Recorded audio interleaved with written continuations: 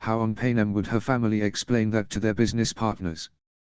As I was saying, Aniston began again, I recognize that I might not be your favorite person, but I love Nero enough to respect his wishes. Felix rolled his eyes. Is that your passive-aggressive way of implying I don't care about Nero enough to respect his wishes? You're free to read that however you want. This is why no one likes you, Felix rebutted. You've convinced yourself that you're the smartest person in any room, when the truth of the matter is that even if that were true, no one cares because no one wants you in the room to begin with. For some reason that resonated with her more than she'd care to admit. Everyone always seemed so uncomfortable around her and she didn't know how to fix it. She adored Nero for trying, but every time she asked for help developing her relationships with his loved ones, he'd said something akin to "they'll love you once they get to know you." She didn't think that was applicable if none of them were willing to get to know her. What do you want me to do, Felix? I'm not planning on going anywhere, and based on our last conversation, you aren't either. Which means we're stuck in each other's life for Nero's sake until one of us dies, so can you just work with me? Aniston pleaded. I promise I'm not a bad friend to have. If you gave me a chance, you'd get an opportunity to see that for yourself.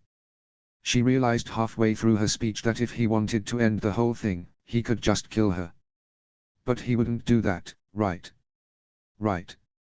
Who needs friends to keep you company when you've got an endless supply of money at your disposal? You must lead such an empty life, she said, automatically. Aniston cringed upon realization of what she'd just said. Felix snapped, turning toward her. Easy to say when you're born with a fucking silver spoon in your mouth. Aniston let out a tired sigh, closing their conversation for the remaining 20 minutes of their drive until they had arrived. He watched the high-rises in the compact city center with a sense of unease. For a much more spacious region than West, East was certainly densely populated. Why would they pack in so tight, he murmured, feeling a bit claustrophobic. They don't have a choice, Aniston answered. Their population grows exponentially every year. My sister is an architectural engineer. She thinks it could happen to us next with the surge in victors over the last year between the three of you. Felix shook his shoulders. We wouldn't let them do that. Who? The three of you, she inquired. All of us. Everyone. Everyone living this closely together isn't natural. If you care that deeply, you ought to have a conversation with Mayor Ryan. She suggested, pull in the convertible into a parking space and shut it off. Mayor Ryan is deranged. She doesn't care about people like me, he said, shaking his head. Aniston looked at him. Maybe 2 years ago she didn't. Now you've got leverage. Use it for something that matters. Felix took in that sentiment, his eyes widening as he witnessed in the metal structure before him. It was an impossibly large hardware store, the size of a warehouse, and he could only imagine the interior. This is cool, right? Sullenly, Felix scoffed in protest. It'll do. As they entered the steel structure, Felix perused the home and garden section with growing interest in the possibilities. Maybe this wouldn't be so bad. Ever thought of planting some flowers? She asked, fondling a petunia pot with affection. He skimmed through the variety of blooming plants and remarked, most of this wouldn't survive back home. It's too fucking hot. You live in Golden Valley now, though. Felix corrected himself, right? Yeah. Well, if that's what you want. Aniston headed towards the handyman's section, bristling with enthusiasm. The raven-haired teen followed her lead, curiously watching her take in the scene before her. She clapped her hands in delight. I've been looking for one of these for months. 2 East has everything. Felix didn't bother to mention it had a majority of the district's wealth, too. He didn't think she could handle any more political quips. A wrench wench, huh? He asked, as she compared 2 sizes of the same tool. He couldn't tell you what you were supposed to use the devices for, but she seemed quite confident in whatever she seemed to be assessing. You sound surprised, she said, her back turned to him as she continued to compare the 2 items. Does Nero know? He's never really asked, she replied inattentively. He cocked an eyebrow at that response. How the hell was Nero supposed to ask questions about something he'd never been approached about before? Look, boys. If it isn't the cheating, dishonorable scum that managed to finagle himself out of the arena from West. A group of older men approached the two. You dare kill your own district partner in cold blood and show your face here. Oh, that was what he'd forgotten. There was a reason he actively avoided 2 East. Cinder had hailed from there and he'd hit her over the head with his warhammer without a moment's hesitation when she'd been caught splitting their alliance. Sorry, Cinder. That's how you win the game, he thought now. The heavyset middle-aged man stood before them in a black muscle tee. His sunglasses glowed under the fluorescent lights. Felix froze and she watched him with confusion. Aniston swallowed her fear, realizing he wasn't going to engage, and walked up to the middle-aged man with a precocious smile. It's the Hunger Games, sir. Her voice suddenly grew icy, and if you're such a Neanderthal that you think that there's any other way to win than to demolish your opposition, then you're in the wrong section and shouldn't be operating dangerous machinery. The loudest of the men in the group sculled, getting uncomfortably close to the strawberry blonde young woman. What the fuck are you going to do about it, sugar tits? She turned up her nose arrogantly and looked away.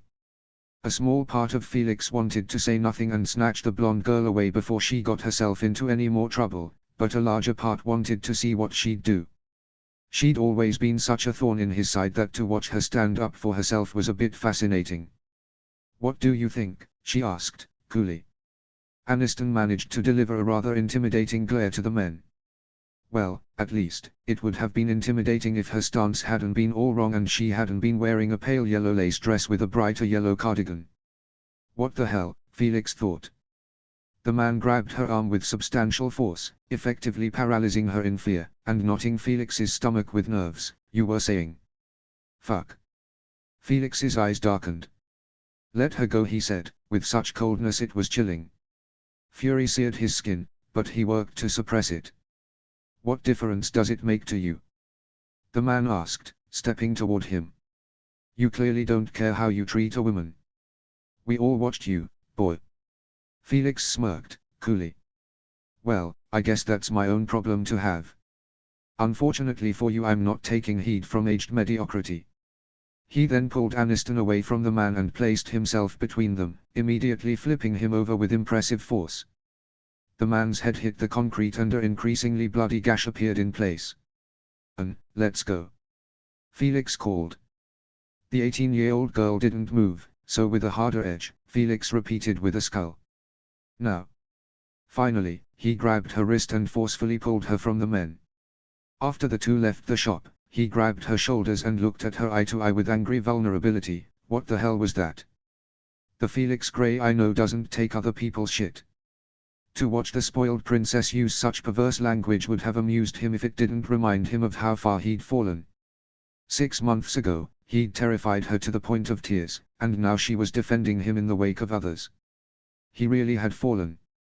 He threw his hands in the air with an exasperated groan. The Felix Gray you know met you when he was 15. We were 12, she told him. What? We've been in the same classes together since middle school. Aniston said. My point is that we're 18 now.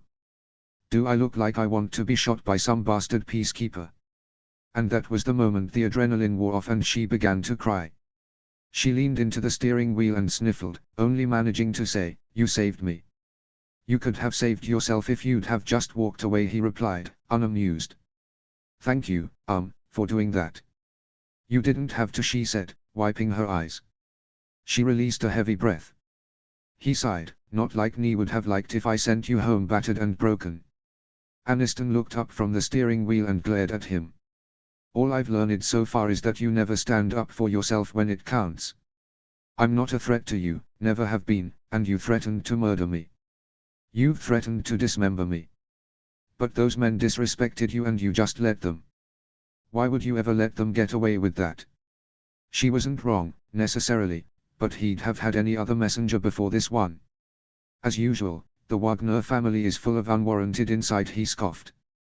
She reoriented herself, so she could ask him as deliberately as she could, "What's that supposed to mean, Felix?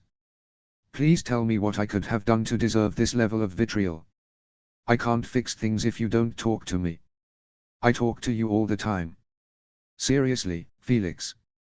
Felix replied in a cool monotone, "How about this gem, then?"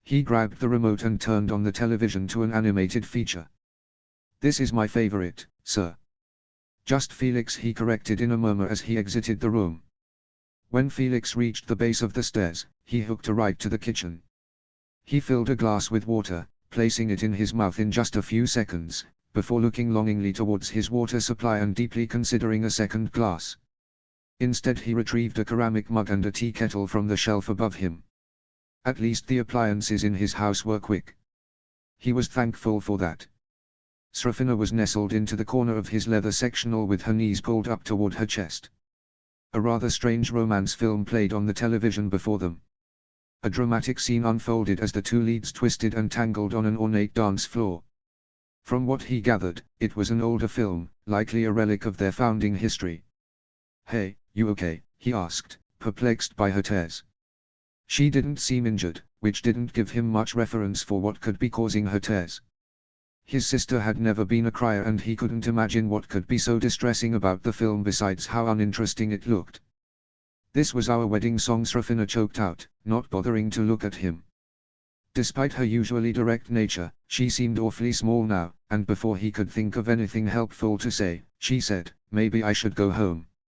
An image of a terrorizing Wyatt Armoy seized Felix and he could see the headline now plastered now, "Wife, child of Wyatt Armoy perish in tragic accident." "Please stay," he said, surprising himself, and her apparently as well. Srafina looked up at him with reluctance. His voice gathered strength and Felix pushed through, affirmatively remarking, "He'll hurt you, and I don't want anything to happen to you or Brooke. I'll try to make this as good a home as I can. If there's something missing, I can work to get it." Srafina looked at him curiously. "You're a good kid, Felix, probably better than most who've come from the arena, but Wyatt needs my help. He needs support to get better. If his own wife gives up on him, who's left?" Srafina looked down. "He wasn't always like this. He can change, but not if I give up on him. Marriage is a commitment. He can put on whatever mask he has to get you back, but..." Felix said, carefully, and he knew he was pushing his luck, but if he could change forever, why wouldn't he have already? Marriage is a commitment for him too, right? Why does he solve as his conflicts by hitting you? That's not taught, that's a choice. You're young, so you see everything in black and white. Marriage, adulthood, those things give perspective. People aren't all good or all bad. They just are," Srafina returned. "It's been the two of us since I was 17 and what a strange thing that he even came back for me. President Snow himself chose Wyatt as a public personality and even though he became enmeshed in that glamorous world, he still came back for me, Felix. So, I know he can be saved." Felix stood up, pouring the warm water from the kettle into a green mug and stirring in some cocoa Raoul had gifted him several months back. There was a bag of marshmallows he'd recently purchased as well that found their way into mug. "He won 11 years ago. I'm only a year out, Srafina, and there are more nights than there aren't where you wake up right back up in that arena and you're watching your every step, but wherever I am a decade from now, I know that I refuse to make the people I say I care about a casualty of my experiences. I signed up for this, and so did he.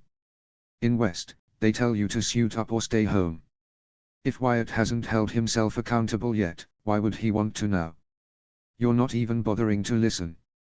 What's the point of this conversation, to rattle me? To tell me that I've spent the last 10 years making one wrong choice after the other? I didn't need it from my parents and I certainly don't need it from a teenage kid. Do you understand how dire this is?" Felix asked, startling her with his emphatic candor. "I know it had to take so much courage for you to accept my offer, even temporarily, I never imagined you would, but if you go back, I'm worried he'll never let you out of his clutches again, that you'll die there, that Brooke will die there." He must have looked pathetic, his face toward the ground, because she almost seemed to reach out to comfort him. "I thought having something hot might help you feel better," Felix told Srafina as he sat next to her, still looking shaken.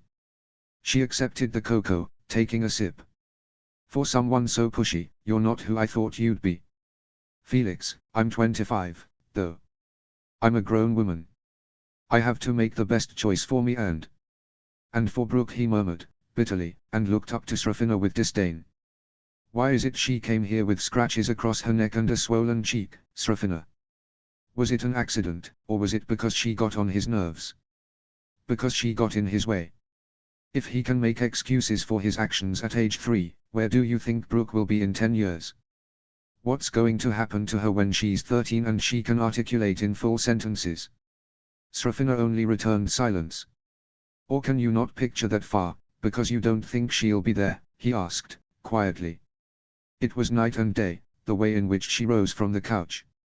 How dare you, Srafina seethed, instantly pulling his hair by the ends with great anger. She held in a breath, absorbing what she had done, and whom she had done it to. Instantly, she let go of his hair and backed away several steps, stumbling on her own 2 feet. Let's just talk, he said, softly, but he didn't make eye contact. Instead, his head leaned towards his knees. I'm not going to hurt you.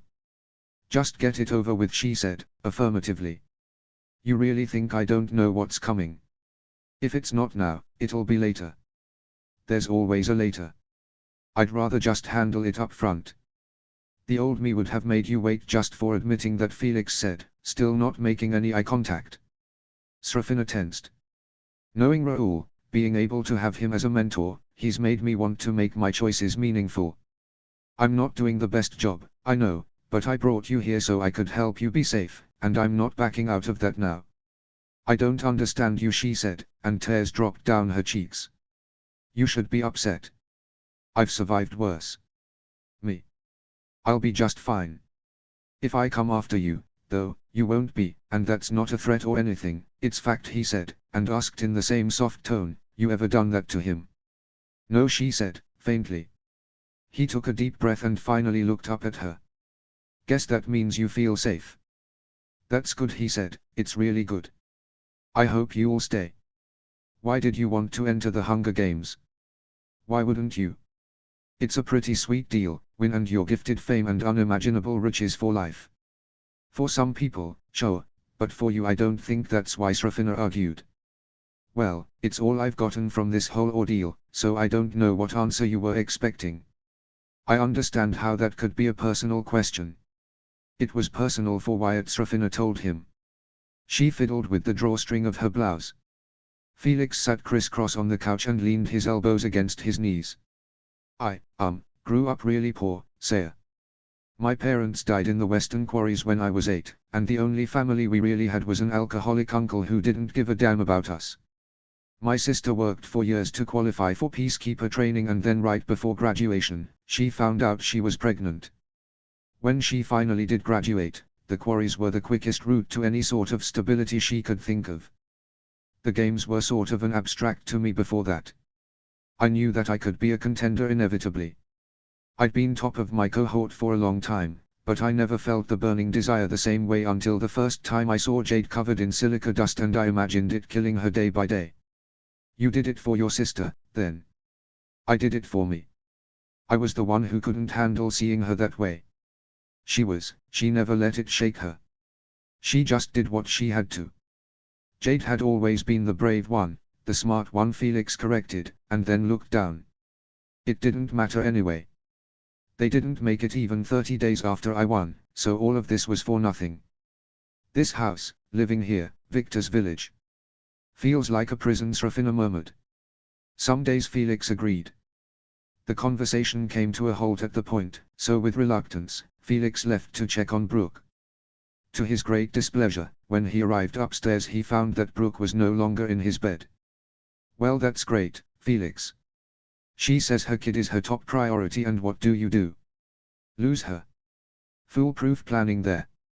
He began to comb through each room individually for the 3-year-old girl. After making his way through 6 or 7 rooms, he levied a sigh. This place is fucking ridiculous. Then Felix heard a rustle from the room at the head of the stairs. His stomach lurched as he walked towards the room with great anticipation. As he entered the room, he found Brooke Armour leaning against the green walls, her immediate space surrounded in building blocks. She giggled as the blocks tumbled to the floor. When she finally realized he was there, Brooke gasped, and swallowed nervously. She whimpered, pleading, I didn't mean to break the rules, sir. I'll be good. Not that anger had been in his top 10 emotional responses anyway,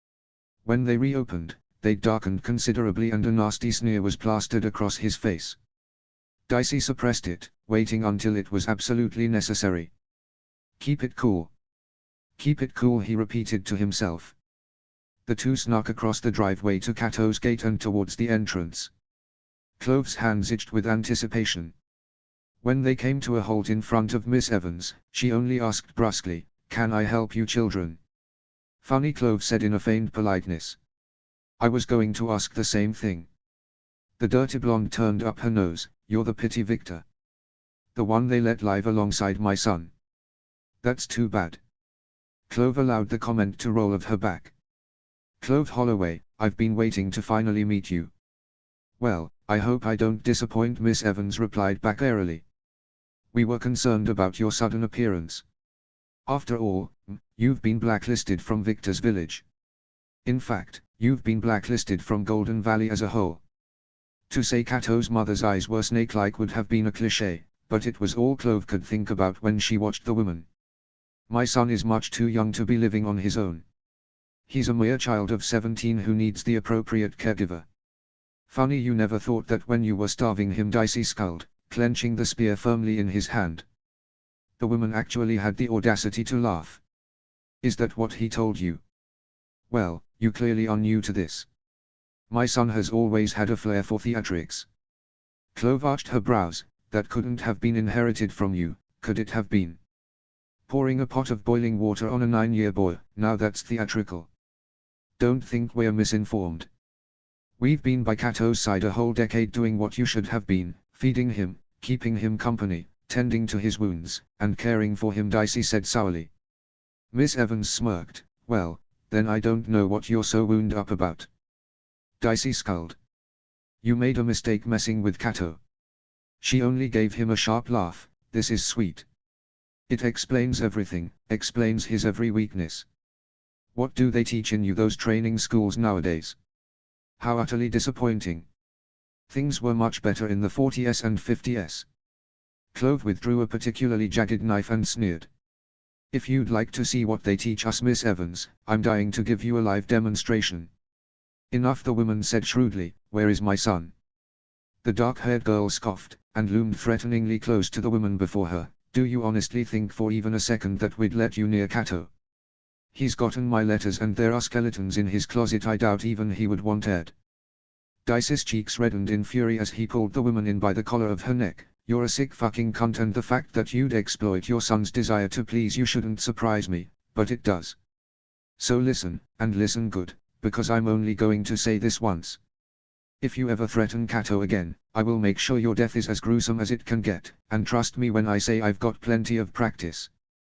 Dicey struck her so hard in the face that she fell against the pavement and scratched her face.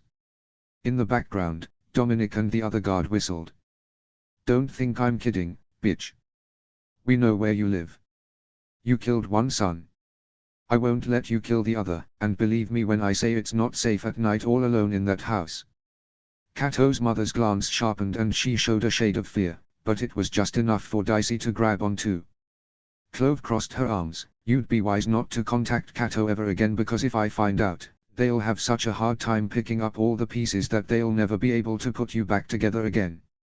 The dark-haired girl yanked Miss Evans off the ground, but just to be safe. She then twisted Cato's mother's right arm and the woman grimaced, struggling to keep a straight face. Dicey crossed his arms in satisfaction, before hearing a sickening crack. Dicey watched as the woman tried to tend to her broken right arm with her left. Clove then said in a sweet tone, "Yes, I definitely prefer it this way. Now, I know you won't make any unsound decisions and try to write any more unnecessary letters. Why, to do so would just be devastating on your poor right arm. You children are taking on more than you can handle." The redhead smirked. "And yet, I think we've handled it just fine. If you ever harass Cato again, I will find you, and I will make sure your last night is the worst night of your life. We'll see if you can take in what you give out." The woman stumbled off, holding her arm. The two retreated to Clove's house, where Dicey tried to wrap his arms around the small girl to steady her angry shaking. Clove stiffened in his grasp. Concern filled his brown eyes. "Clo, what's wrong?" She only said carefully, "You didn't have to threaten to fuck her."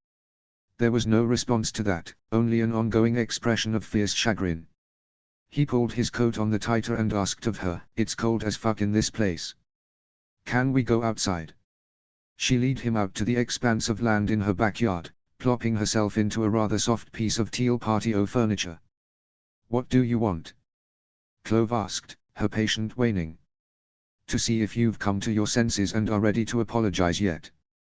The dark-haired girl stood up, leaving the comfortable refuge of her seat within a protest. Clove moved to open the French doors and return inside, when Dicey pulled her back. "This is a fucking joke, right? As if I would have to force myself onto anyone, Clove. Not especially a woman of her age." Dicey then narrowed his eyes coldly towards her, and added, "We both know I sure as hell wasn't the one begging for it when we're fucking under the cover of your red sheets. So, don't turn this around on me now." He saw a flash of white before he fell back, clutching his nose. Clove leapt forward, tackling him to the ground with a fierce expression. "Who the fuck do you think you're talking to?" Dicey smirked, coolly, and raised his eyebrows suggestively at the way her body leaned against his. "Is this how you want to play? Fine by me." In mere seconds he flipped her over and her back hit the ground hard. He held her in place with his right knee, then grabbed both of her wrists. "You've always been too arrogant to learn from your mistakes. Try harder. Your combat partner isn't taking you on a picnic."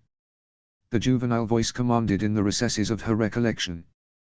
"Don't Petro." She struggled against him, wiggling in place, and effectively freeing one leg to kick him with. "Nice me." Clove pulled her wrist out of his grasp so easily that Dicey stopped for a moment. Without a moment's notice, she headbutted him, then went for his throat. He turned away from her at the last second, and ricocheted back, knocking her directly in the abdomen. Where were her knives when she needed them? Clove thrust her right fist upwards in a severe motion and hit him directly in the nose once again. She then kicked him in the stomach, forcefully trying to pry herself from his grasp. He snarled in response and came back with a vengeance, grabbing her shoulder, ready to pull it out of place instantly, when he saw the familiar flash of defiance in her eyes.